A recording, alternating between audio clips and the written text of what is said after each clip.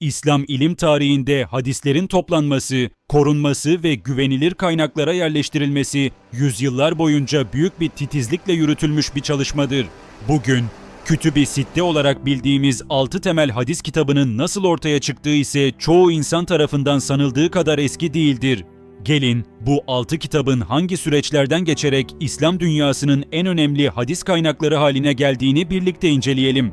Hicri 200'lü ve 300'lü yıllarda büyük muhaddisler tarafından birçok hadis kitabı tasnif edildi. Fakat o dönemde Kütüb-i Sitte diye bilinen özel bir grup yoktu.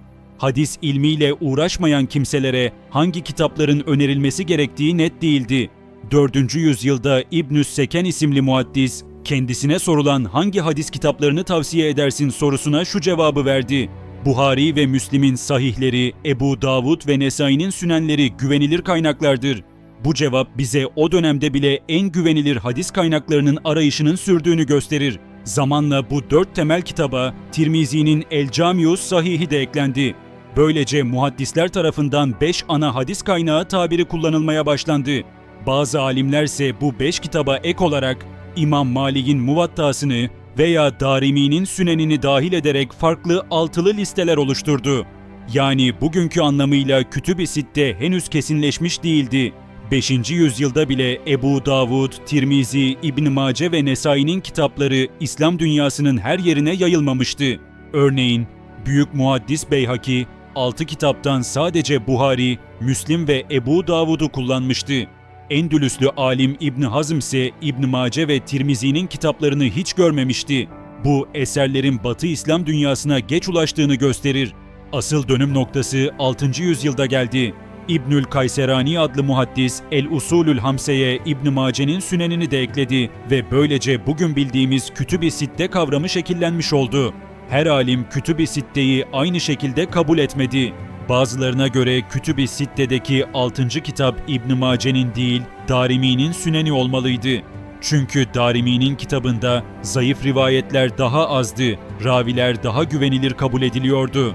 Diğer bazı alimler ise Muvatta ile İbn Mace'yi bir araya getirerek Kütüb-i Seb'a yani 7 kitap listesi oluşturdu.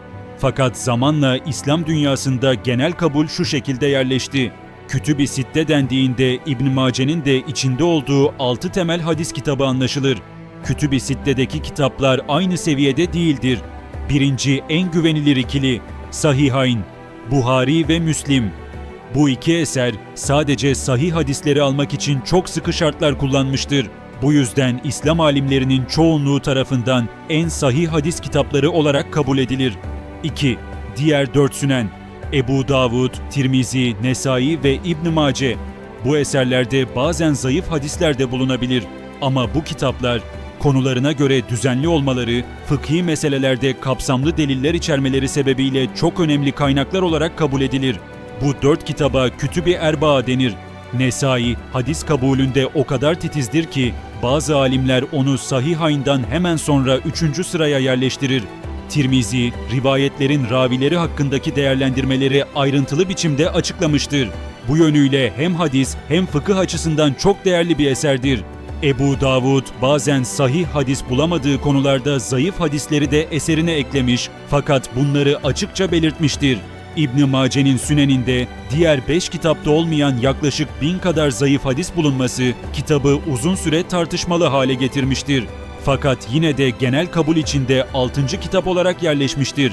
8. yüzyıla gelindiğinde Zehebi gibi alimler bu 6 hadis kitabına İslam'ın 6 kitabı, El-Usulü Sitte, Sıhah-ı Sitte gibi isimler vermiş ve artık Kütüb-i Sitte kavramı ilim dünyasında kesin olarak yerleşmiştir.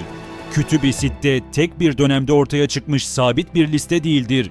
Asırlar boyunca farklı alimler tarafından şekillendirilmiş, güçlendirilmiş ve nihayetinde İslam hadis geleneğinin en önemli 6 kaynağı haline gelmiştir. Bugün bu kitaplar Hazreti Peygamber'in sözlerini, davranışlarını ve sünnetini öğrenmek isteyenler için başvurulan en sağlam kaynaklar arasında yer alır.